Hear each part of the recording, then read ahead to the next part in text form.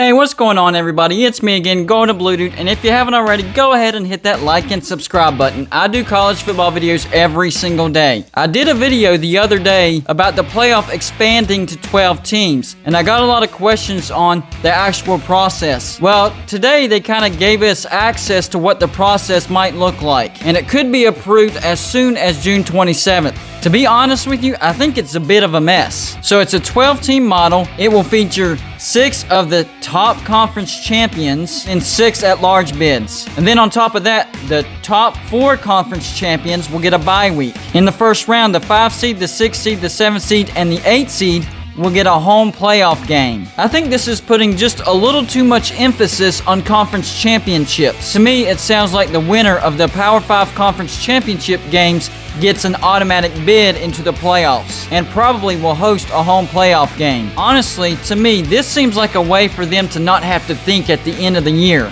Like, oh, they won a conference championship, they're in. They're not looking at overall record, strength of schedule, who they played, who they lost to, who they beat, all that stuff. It's they won their conference championship, they're in. And what about the Group of 5 champions? Is it only the best Group of 5 champion that gets into the playoffs? Do they get to host a playoff game? I think the playoff committee is still leaving way too many questions with this particular format. I like playoff expansion. I agree with it. It'll give us better storylines, better games. Even if the same old teams dominate the playoffs, that's fine. And how exactly do you determine the 6 at-large bids? Is it going to be the second place teams in the conference championship games? What about the teams that didn't make the conference championships at all because they're in a very tough division? Who would get to host in that scenario? And what if there's more than one Group of 5 champion that looks really, really good?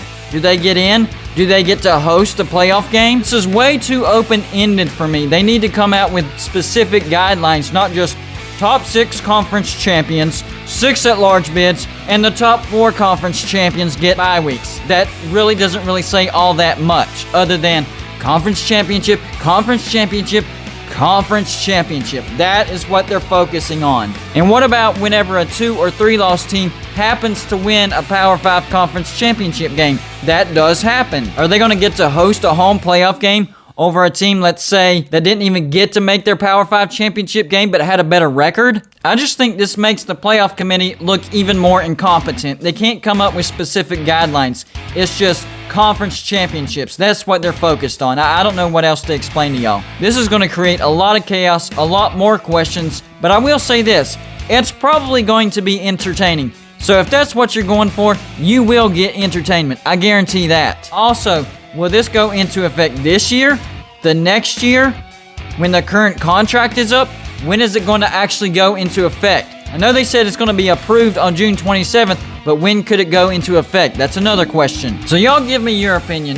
With this 12-team model, how would you do it? What kind of guidelines would you come up with? I would say if you're a 1-loss or you're an undefeated Power 5 champion, then you get the bid. If you're a Group of 5 undefeated champion, you get an automatic bid. And then from there, you determine who the best teams are. Because you can't just automatically say that a 2 or 3 loss Power 5 champion is better than an undefeated Group of 5 champion or a team that has a better record that didn't make their championship game or lost in their championship game. That's just my 2 cents. That's the best I can explain it. That's all I got for you for this show. Like and subscribe if you haven't already, and I'll see you on my next show.